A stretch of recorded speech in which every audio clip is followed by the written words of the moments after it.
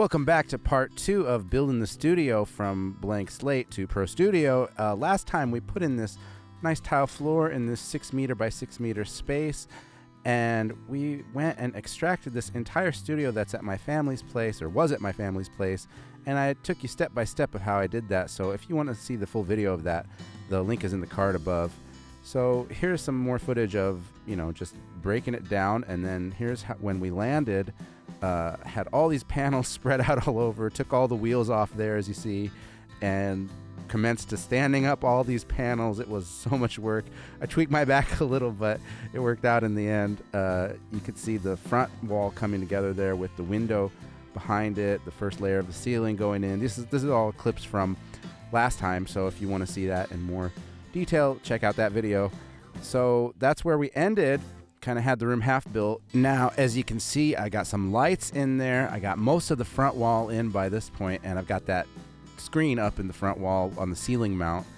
I got about 4 sections of walls on each side, and that was the hardest part, was getting those walls together and squaring them off and mounting those ceiling panels up. And there was just barely enough clearance in that ceiling, like 1 or 2 centimeters. You can see my makeshift podcast setup there and the cloth fabric there that I used. There's the ceiling panels. That was the hardest part, and that lighting, getting the lighting just so.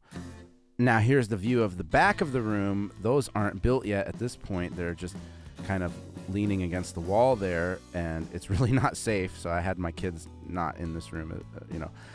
Here's that screen mount. You can see I've left as little space as possible between that and the front wall, and I want to make sure to put the speakers in front of that. Here you can see we left quite a substantial hallway on one side, and got some panels staged there and some damaged panels to wrap up.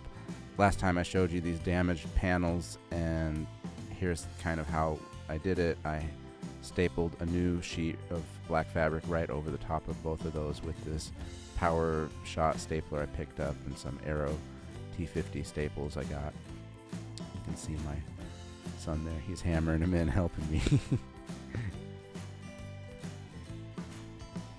Now here we're looking quite a bit more toward finished. You see the lighting in, but the wires, it's all wired up and nice and neat. That took a whole day. That was a lot of work getting those wires squared away the right way, but it's important for safety and also the aesthetics.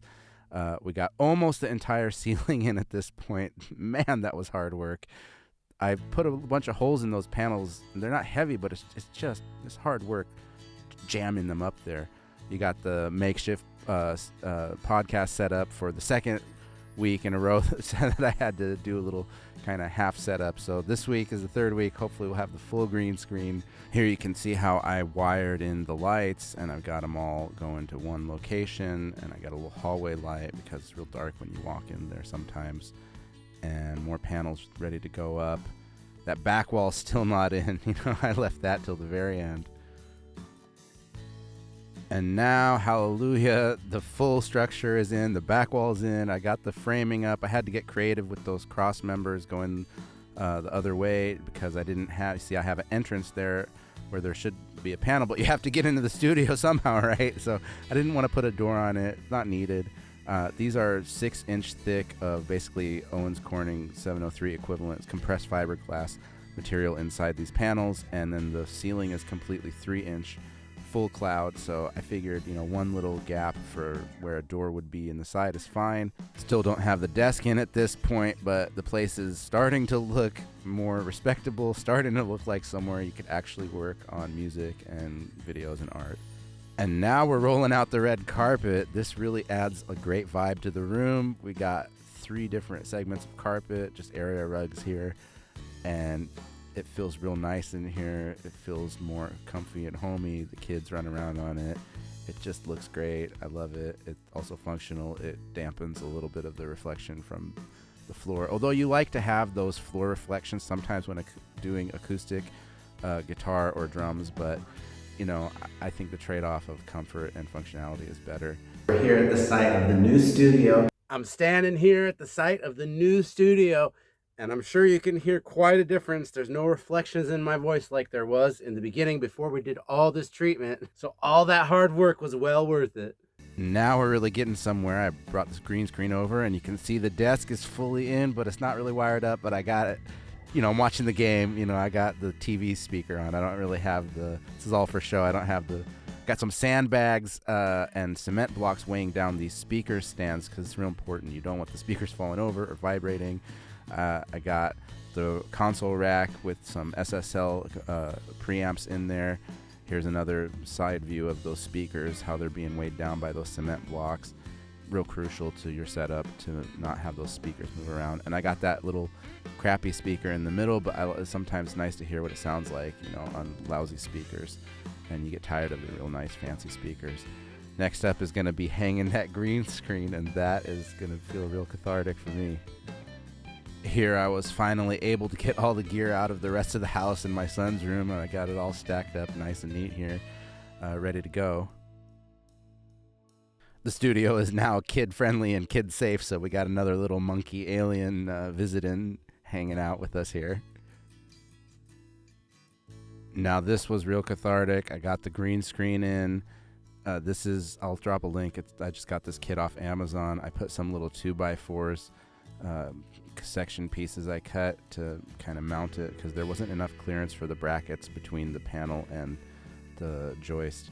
So I extended it, and that's what it looks like rolled down. And I haven't had a green screen for like more than 6 months. It's real nice to be able to do quality visuals again. It's super convenient the way it just rolls up and it doesn't take up any floor space in the room.